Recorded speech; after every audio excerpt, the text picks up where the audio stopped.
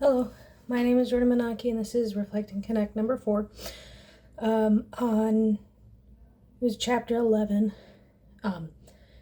Okay, so the first thing I noticed about this chapter is that this was actually one of my questions last semester when it came to programming for a new high school, or like one that you were just hired at and you didn't know what their zone of proximal development was.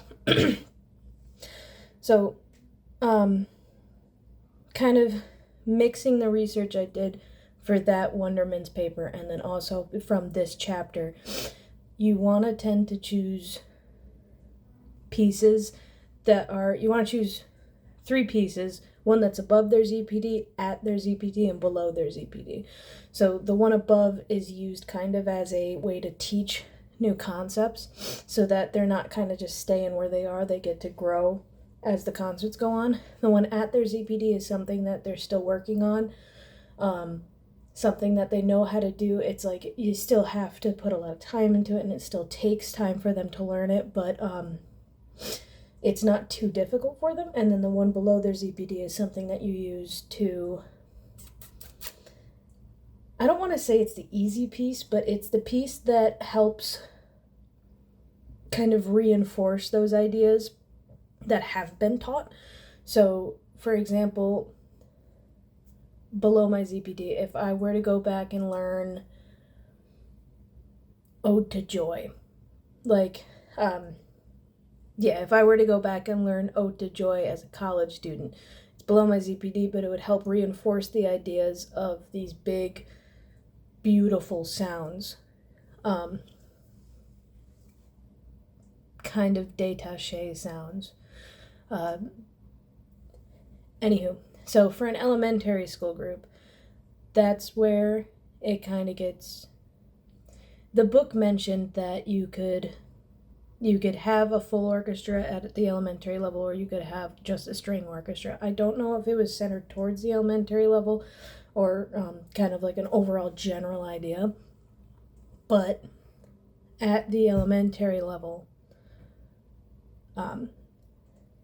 there's still,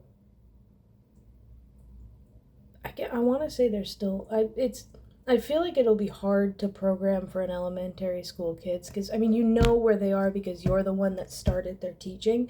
You're the one that introduced them to all this, but at the same time, they're still kind of figuring out where their ZPD is.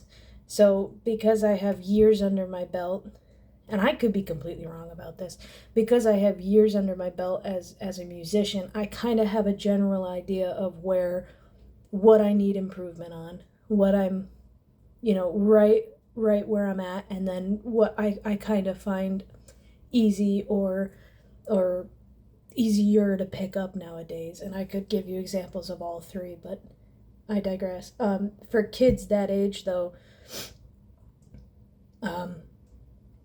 I'm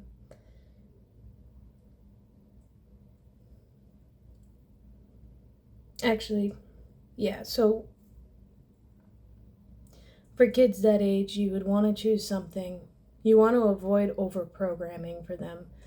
I forgot who told me this. It might have been the teacher that I interviewed last semester for one of our papers for secondary methods. But I believe he mentioned the fact that when you program for your students, the concert is like, the concert has nothing to do with you. It's not about you as a teacher. Yes, it is a great feeling when something you teach catches on and these kids are able to play what you've taught and they're able to pick up on concepts that you taught.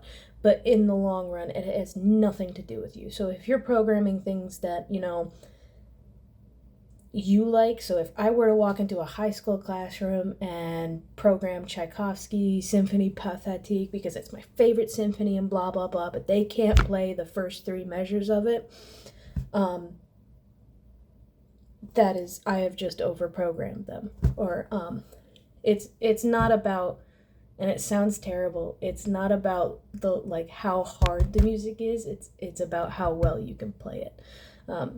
And that's true in solo work and in ensemble playing. So I guess that would be true for elementary kids too. If you assign them to play Baa Baa Black Sheep and they can't play together or relatively in tune for that age group, then you gotta find something different, or you have to find something that'll get them there.